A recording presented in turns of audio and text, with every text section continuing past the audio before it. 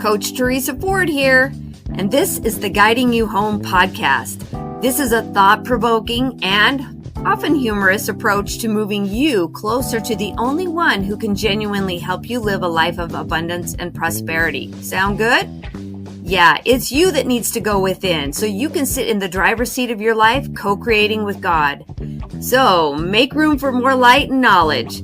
As you continue to listen, you will discover elements of how to lead with your inner light, how to act on your specific promptings, and how to follow your spiritual intuition so you can fulfill the measure of your creation. Thanks for being here, and let's dive in.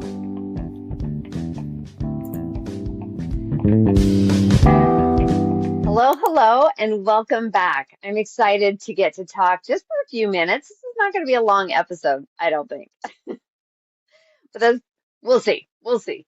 I wanted to talk a little bit about becoming a teacher. This is sometimes in your wheelhouse, and sometimes it's just because it's uncomfortable for you, but you're being called and led to learn and teach. So if you're the student and you're learning all these things, but then you are also seeing signs that it's your time to share your knowledge, and you pull back because it's scary to get out there in the world. It could be in your social group, your book club, your church group. It could be whatever the world looks like to you, and and then we hold back. Let me just say, the only reason that we're learning is to share it. Like, we have a contribution to make in the world. And that might just be teaching our children. It might just be holding the essence of our growth so that we're an example to our children. Because honestly, we don't have to say anything to our kids about what we believe about ourselves. They pick up on it. They say your children will become 100% of who you are, not what you tell them to be. So if you are being this student and you're learning, you're growing, it's interesting, and then you have opportunities to maybe share it and you withdraw from those opportunities, we have to ask, what is it that causes you to shut down and say, oh, I'm not very good at speaking in front of people, or I'm not very good at sharing it. I'm not a very good storyteller, or what are you saying to yourself that's causing you to limit your contribution? First of all, let me just say that there was a time in my life where I was completely unaware of my gifts and talents. And I was making it all about my ego. And so in the LDS religion, in which I belong, there are lots of opportunities for teaching. And once I received a calling to work in the nursery, and I already had 3 little kids of my own, I was like, okay, I guess she who has the most children in nursery wins. And I got this calling to be in there with other kids. And I'm really not a kid person, like, meaning I have never gravitated towards taking care of other people's children outside of my own. And so to be in there with all these other kids, it was a test for me to be in this setting where I was taking care of other people's kids so that they could go be the student and they could go learn. But I was the student. There was something really important for me to learn there, and I resisted it. I was like, oh my gosh. On Sundays, you'd think that I could get a break because we didn't have family around. We didn't have people that I could just say, hey, would you watch my kids while I go take a break, and vice versa. We had a few friends that we could do that with, but honestly, I was with my kids 24/7. I didn't take a vacation until I was like 10 years into my marriage. And then it was like overnight. It was not a big deal. I don't recommend that. I'm not saying that was healthy. I'm saying that's just how it went for me, and I'm telling you the story of my life. Okay. But what was interesting is being the student of how to be present with other people's kids, even if they were crying for their mommy, even if there was nothing I could do to overcome their pain. What I found in being present in a situation like that was that I was going to be okay. And I say that from a nervous system standpoint. I didn't know I had a rattled nervous system. I didn't know I was dysregulated all the time. I didn't know that I came from an emotionally chaotic background. I just thought, that was just my childhood. It was just normal, right? I hadn't really vetted it out and thought through it and learned about emotional immaturity and everything that happened in my childhood. So here I was just, resisting having to take care of other people's kids too. But there was so much power in being the student. Just try it out. How bad could it be? Like, just give it a shot. And I did. I just was like, all right, we'll give it a try. If it doesn't work, I'll ask to opt out. But turns out that me just being present and not trying to control the outcomes and not being taking on the responsibility for other people's children crying because they miss their mommy and daddy. Like that's normally what I would have done. I would have been like, I can't help this child and I'm stuck because I'm powerless to change the way they feel. That was a big deal for me because in my childhood, we weren't allowed to have feelings. It was happy or nothing. And certainly we weren't allowed to just speak our mind. Absolutely not. So when you're with these other people's children, I learned that it's okay for them to have emotions. It's okay for them to cry until mommy comes back. It wasn't my responsibility to change that. They were just having emotions. And I've heard somebody say, crying doesn't last forever. For an hour, it can seem like it's lasting forever, but in this setting, it was so helpful to just try it, get out of my comfort zone, and just see who I could become. And turns out my kids weren't climbing all over me. They were happy to play with the other children. The other children got used to me and they were playing too. And it was a really big pivotal point for me to just sit in that student seat and learn that it's okay if kids cry. This might not be, you know, a mic drop for you. But for me, it was part of my emotional maturity. I was learning to grow up and have emotional stability within me to allow other people to have emotions because I didn't even know it was okay to have emotions.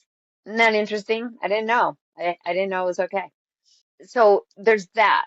Okay, so that's an example of being a student is when you're young and you're not sure how it's supposed to go and you like crying is happening and you're like, wait, I'm pretty sure I didn't cry. I didn't have meltdowns. I didn't do all that stuff. And then all these other kids are behaving in a way that you were told as a child it was wrong. So there's that example of being a student.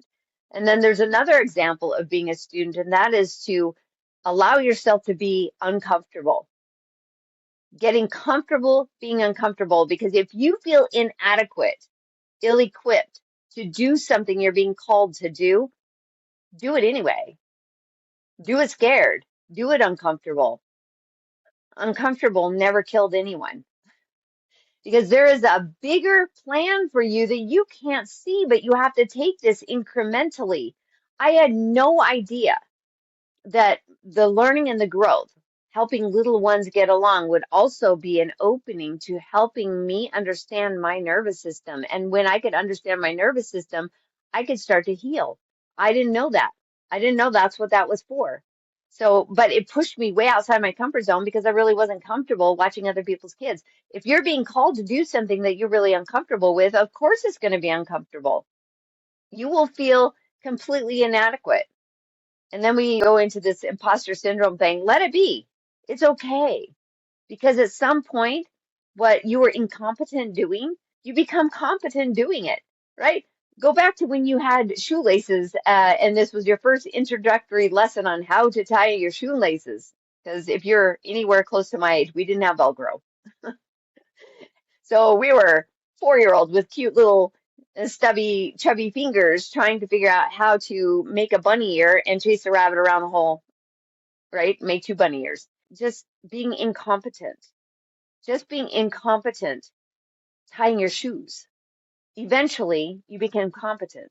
And it's no different in our adulthood. If you're uncomfortable speaking in front of a crowd, teaching a lesson, sharing your wisdom as your voice, just take that leap because there's only one way to become confident, and that's just to go do it.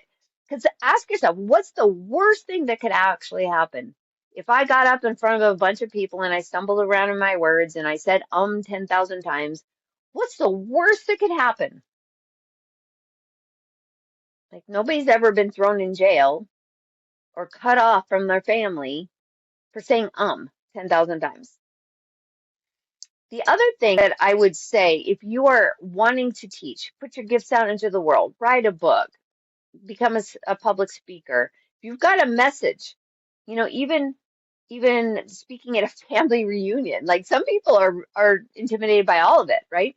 That was me, 100%, until I had to go get a job and I ended up in a public setting in a gym. I had to yell, "Welcome to," and then the gym name, and I had to yell it from the counter. It was startling to my nervous system to be that bold and that bright. But here's the thing. If you're being called forward to offer your gifts, use your voice, express yourself fully, just know you're not the teacher. You're still the student. You're still the student because the Spirit is the teacher. It's not the words you say, it's what they hear. It's the sense, the essence, the spiritual meaning of what someone else hears because they're in a place to hear it. Changes everything. There was a time in my life where I was like, if they call me to teach the adult Sunday school class, the answer will 100%, no, 1,000% be no. I will just say no. There's no way I would put myself in a position to look stupid, like I don't know anything about the scriptures. Fast forward 3 years, and I had some experiences that pushed me out of my comfort zone until I finally became the person that when that invitation came around and they're like, "Would you please teach our adult Sunday school class?" I was like, "Yes."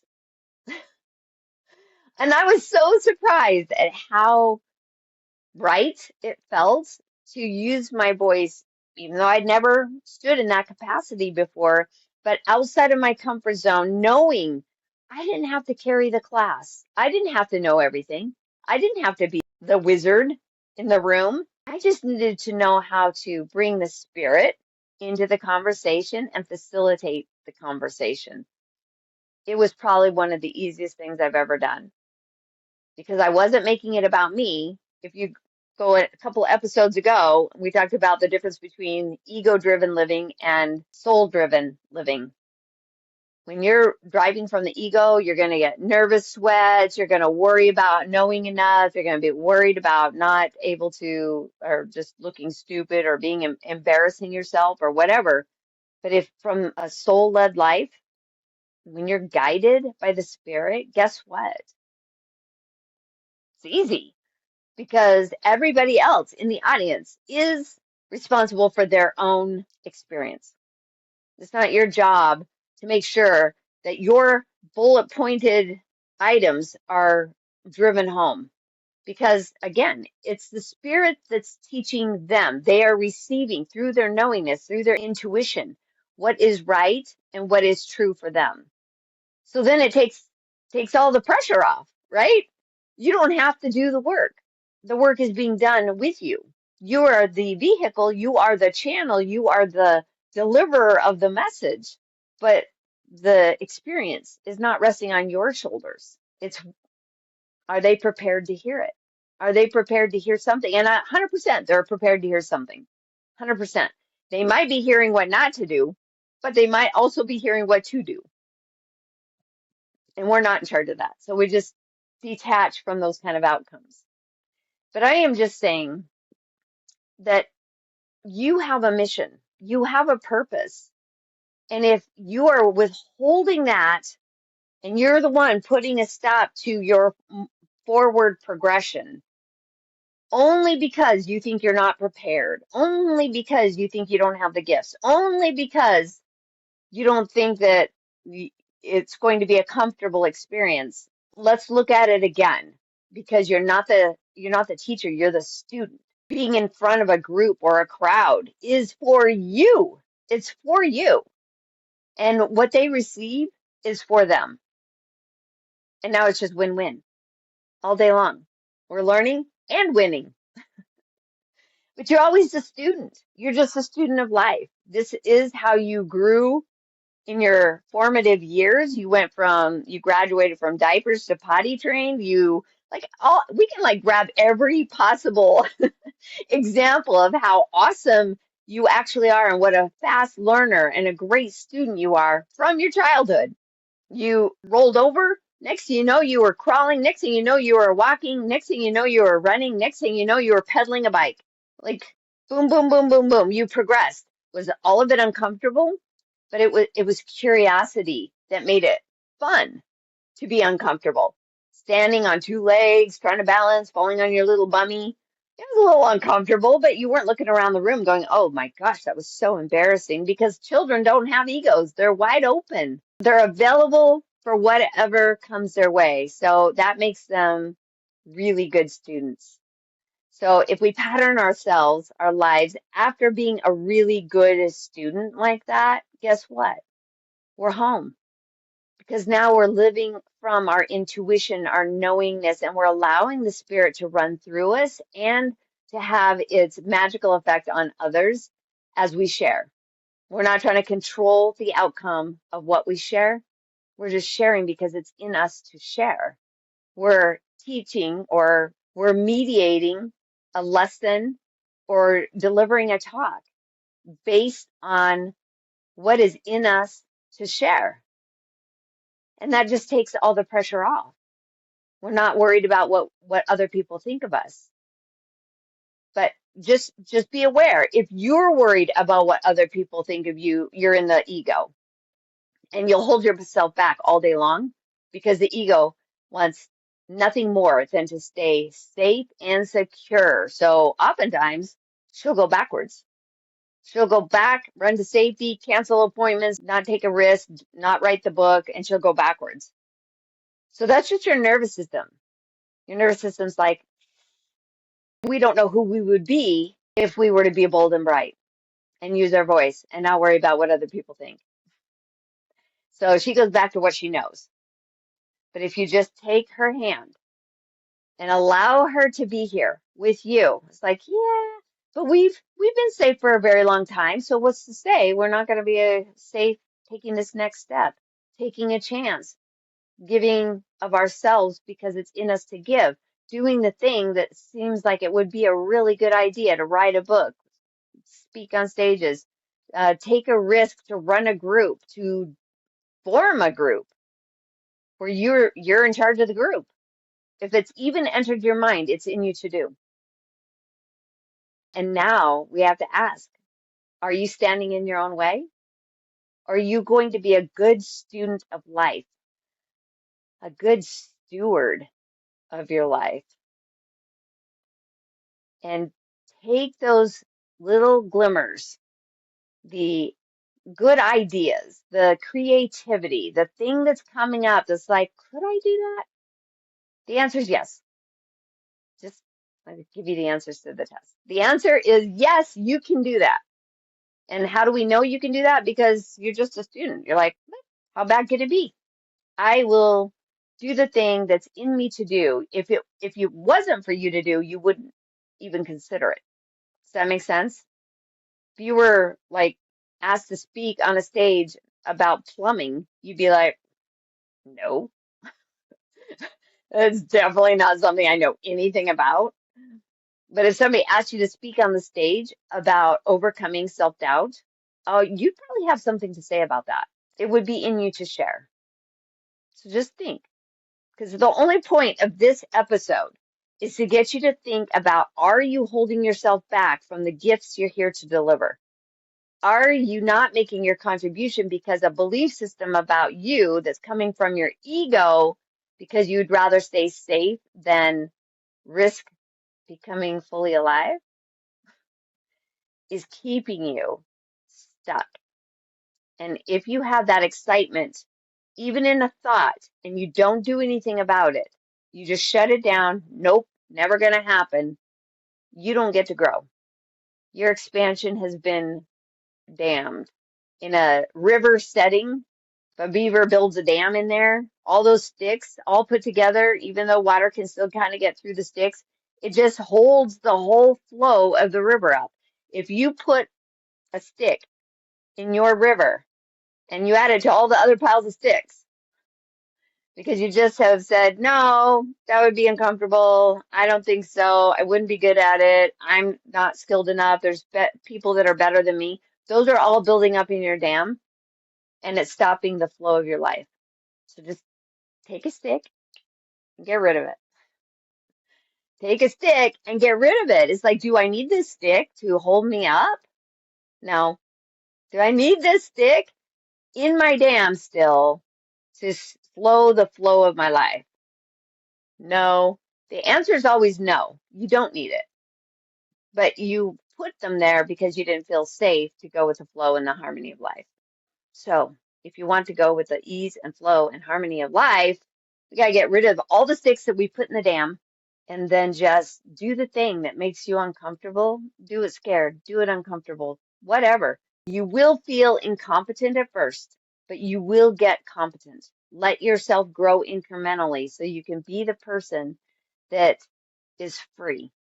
Because every time you put a stick in the dam, you're not free. Not as free as you could be. Pull the sticks out and you can be free. This is how you will live in alignment with the life that is meant for you. Okay? If you have any questions, hit me up, Teresa Ford Coaching at @gmail.com. And until next time, happy sifting and sorting.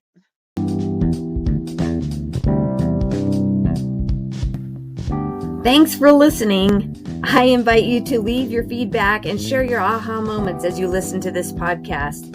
Also, you can access more information or any of the programs, courses, or worksheets that I've mentioned on these episodes on my website at teresaford.life. Or what I would really love is for you to connect with me on Instagram at teresaford.coaching and on Facebook at Coaching with Teresa Ford, so I can give you more interesting insights and further coaching to help you fulfill the measure of your creation.